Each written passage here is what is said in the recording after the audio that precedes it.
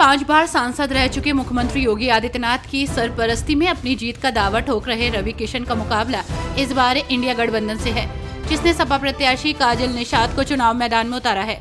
वहीं गठबंधन का भरोसा जाति समीकरण पर है, पर इस समीकरण के मंदिर की आभा में उलझे होने का एहसास सभी को है।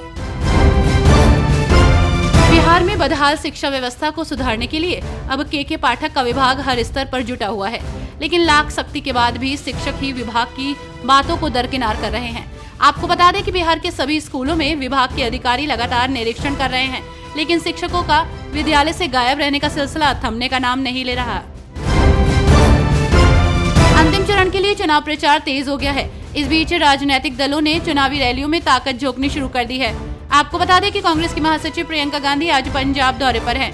प्रियंका लाहौर की मंडी में चुनावी प्रचार को धार देंगी। वो कांग्रेस के श्री फतेहगढ़ साहिब से उम्मीदवार डॉक्टर अमर सिंह के लिए जनता से वोट मांगेंगी।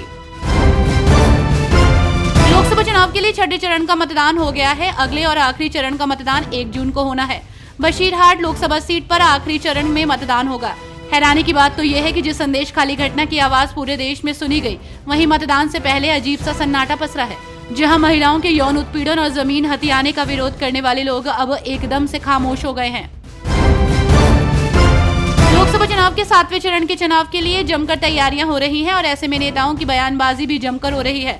कर्नाटक के मंत्री शिवराज तंगादागी ने पीएम मोदी पर जमकर निशाना साधा। उन्होंने कहा कि अगर बीजेपी लोकसभा चुनाव जीत जाती है तो प्रधानमंत्री नरेंद्र मोदी हर गांव में अपना मंदिर बनवाएंगे। साथ ही उन्होंने ये भी कहा कि राम मंदिर बन चुका है, अब पीएम मोदी कहेंगे मेरा अपना मंदिर बनना चाहिए। पंजाब के पूर्व मुख्यमंत्री कैप्टन अमरिंदर सिंह इस बार लोकसभा चुनाव में सक्रिय नहीं हैं। हालांकि भाजपा ने उनकी पत्नी परनीत कौर को पटियाला लोकसभा सीट से प्रत्याशी बनाया है। परनीत कौर यहां से मौजूदा सांसद भी हैं। राष्ट्रीय मुद्दों पर बेबाकी से अपनी बात रखने वाले कैप्टन अमरिंदर सिंह का चुनावी परिदृश्य से गायब होना सभी को खल रहा है। लोकसभा चुनाव 2024 के 6 चरण पूरे हो चुके हैं और इस बीच आचार्य प्रमोद कृष्णम ने दावा किया है कि भाजपा लोकसभा चुनाव 2024 में दिल्ली की सभी 7 सीटें जीतने जा रही है। इतना ही नहीं, आचार्य प्रमोद कृष्णम ने राजद नेता तेजस्वी यादव के भाजपा पर दिए गए बयान पर भी प्रतिक्रिया देते हुए कहा कि 4 जून को लोकसभा चुनाव 2024 का परिणाम आएगा और इसके बाद पूरा विपक्ष विभाजित हो जाएगा। जुलाई 2023 में उप मुख्यमंत्री अजीत पवार ने अलग रुख अपनाते हुए बीजेपी के साथ जाने का फैसला किया और सरकार का हिस्सा बने। इसके बाद से ही एनसीपी संस्थापक शरद पवार और अजीत पवार एक दूसरे के खिलाफ खड़े हैं।